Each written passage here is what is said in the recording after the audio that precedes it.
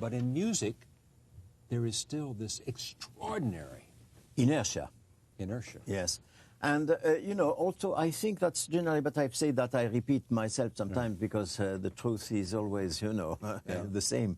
But institutions are too rigid in music. They want to serve the same menu to everybody.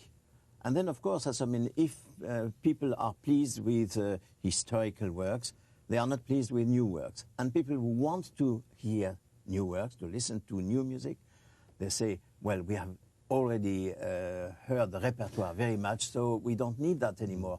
And I think we, you know, what I tried to do in New York, for instance, that's to have different type of concerts.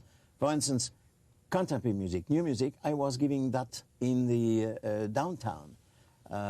First in the university, and then I mean, in auditorium, different, with smaller groups, with smaller audiences also. But they came to listen to the new works. And then, I mean, when the works were very good, we were repeating them in the main hall. Or to have at the end of the season what I call the rug concerts, were very informal, for young people mainly, and where the programs were very adventurous, where you had repertoire pieces, but we had new music just side by side. Because that's important, and not to put new music in a kind of ghetto, you know? That's only for these people. No, you have to mix, but you mix carefully. You have been asked this millions of times. Do you consider yourself a conductor who composes or a composer who conducts? I think I'm really, I am a composer who conducts. Yes. Because the conducting came rather late in my life.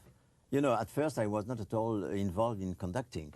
I was just involved in composing, and I made a living with conducting music for the theater, you know, that's all.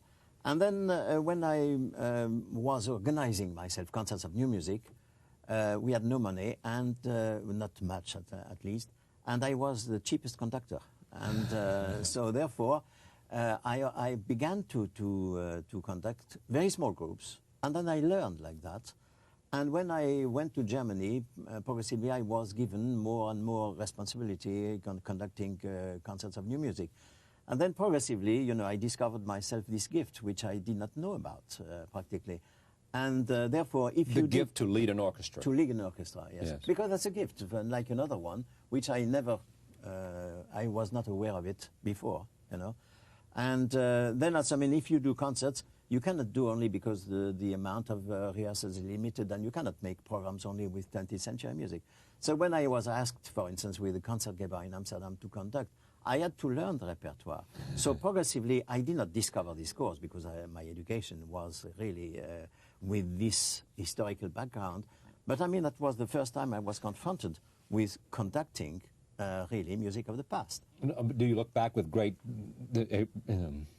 pleased that it happened to you, that you had the opportunity to, in a sense, give expression to talent that you clearly had, the ability to lead an orchestra, the ability to interpret music, the ability to, in a sense, leave your mark on a whole different arena?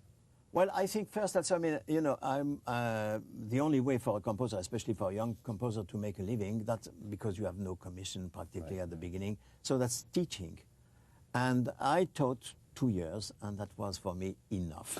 So therefore, I preferred much more to conduct because that's much livelier. Yeah. So when you conduct, you transmit something directly.